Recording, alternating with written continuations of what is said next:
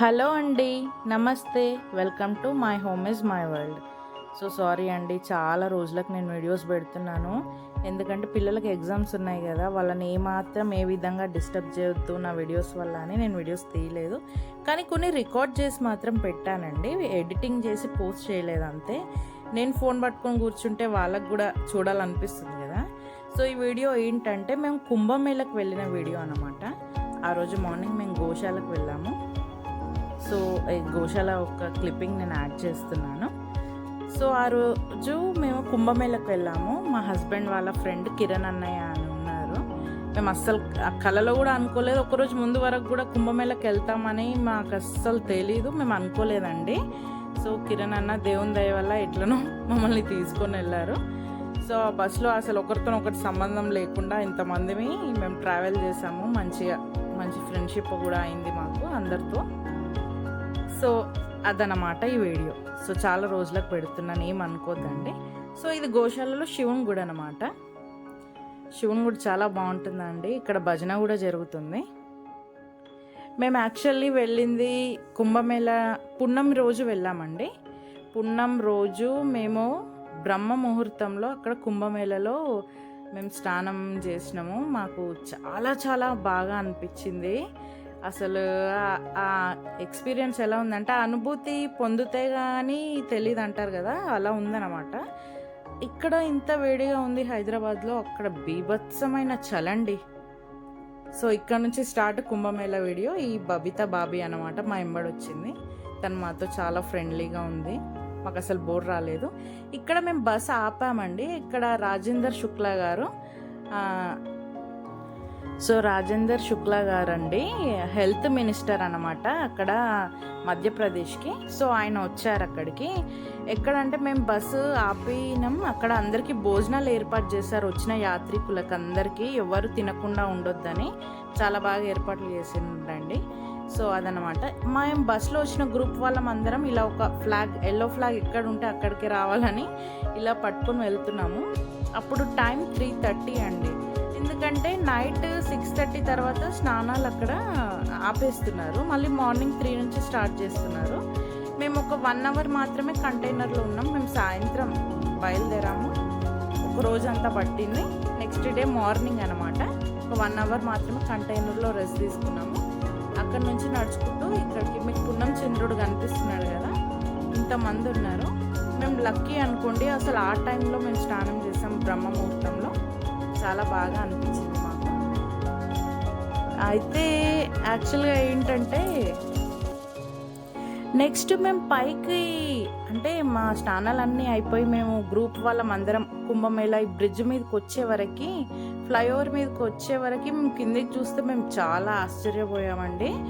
ఎందుకంటే బీభత్సమైన జనం వచ్చేసారనమాట ఒక్కటేసారి. మా హస్బెండ్ పక్కకున్నదే కిరణ్ అన్న, ఆయన్నే తీసుకెళ్ళాడు మమ్మల్ని. ఆ టైంలో మీకు కనిపిస్తున్న జనం అసలు ఏమీ లేరు. మేము పైకి వచ్చిన తర్వాత చూసి చాలా ఆశ్చర్యపోయాం. అక్కడ కంటైనర్స్, చిన్న హట్స్ లాగా చాలామంది ఉండడానికి, యాత్రికులు కూర్చోవడానికి, ఇంకా చాతగాని వాళ్ళు ఉంటారు కదా ఓల్డ్ పీపుల్, వాళ్ళకి రెస్ట్ తీసుకోవడానికి మంచి ఏర్పాట్లు చేశారండి.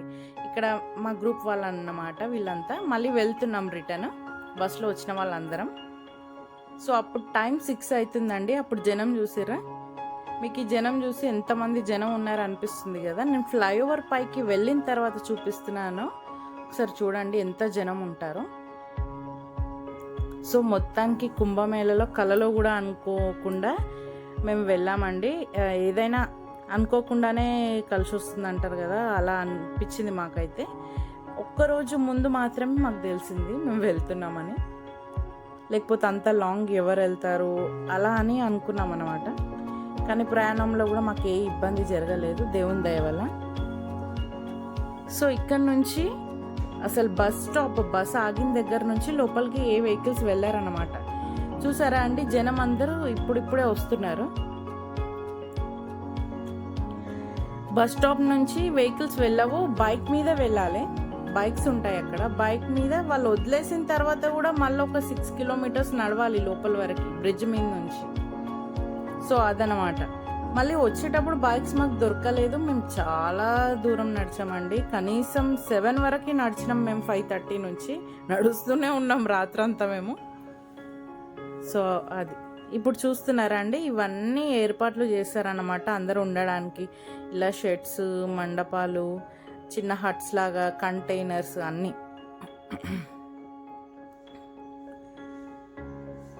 కనిపిస్తుందా? చాలా ఖర్చు పెట్టి మంచి ఏర్పాట్లు చేశారండి కుంభమేళలో మాత్రం.